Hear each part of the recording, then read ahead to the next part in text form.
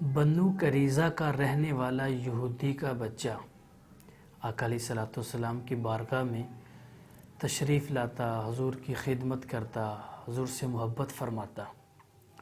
2-4 دن آقا علیہ الصلوۃ والسلام کو نظر نہ آیا تو حضور نے صحابہ سے پوچھا، بچہ نظر نہیں آ رہا۔ عرض کی حضور وہ تو بیمار ہے۔ تو آقا علیہ الصلوۃ والسلام اس یہودی بچے کی عیادت کے لیے پیدل بنو قریظہ تشریف لے گئے، جو مدینے سے 7 میل کی مسافت پر تھا۔ ہمیں درس دیا انسان کی قیمت بطور انسان، انسان کی قدر بطور انسان۔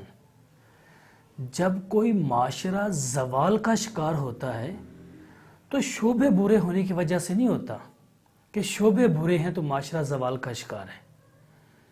شعبے والے جب گر جاتے ہیں، ان کے اخلاق گرتے ہیں، ان کے رویے گرتے ہیں تو معاشرہ زوال کا شکار ہو جاتا ہے۔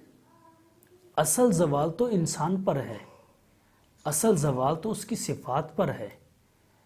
معذرت کے ساتھ جب ایک ڈاکٹر تاجر بن جائے کہ مریض کو وہ مریض کی نظر سے نہ دیکھے، کہے کہ میرا گاہک آ گیا ہے، تو شعبہ تو زوال پذیر ہوگا۔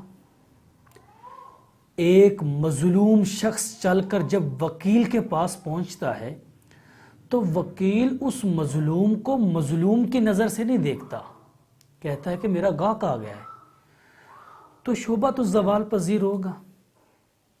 جب ایک عالم دین اپنے علم کو، فتووں کو چند ٹگوں پر بیچ دے اور اس کی تقریروں کی بولیاں لگیں تو شعبہ تو زوال پذیر ہوگا۔ صاحب، جب انسان بوڑھا ہو جاتا ہے تو اس کا ہر اعضاء کمزور ہو جاتا ہے، تو قوموں پر بھی بڑھاپا آتا ہے جب وہ زوال کا شکار ہو جاتی ہیں۔ قوموں کا زوال سے نکلنے کا صرف ایک ہی حل ہے کہ وہ قرآن کے دامن کو پکڑ لیں اور مصطفیٰ کے فرمان کو پکڑ لیں۔ کائنات کے ہر شعبے کو رہبری ملے گی تو وہ آقا علیہ الصلوۃ والسلام کی زندگی سے ملے گی۔ جب آپ ان کے دامن رحمت کو چھوڑ دیں گے تو زوال کا شکار ہو جائیں گے۔ اگر ان کی سیرت کو اپنا لیں گے تو اس دنیا میں بھی کامیاب، آخرت میں بھی سرخرو ہوں گے۔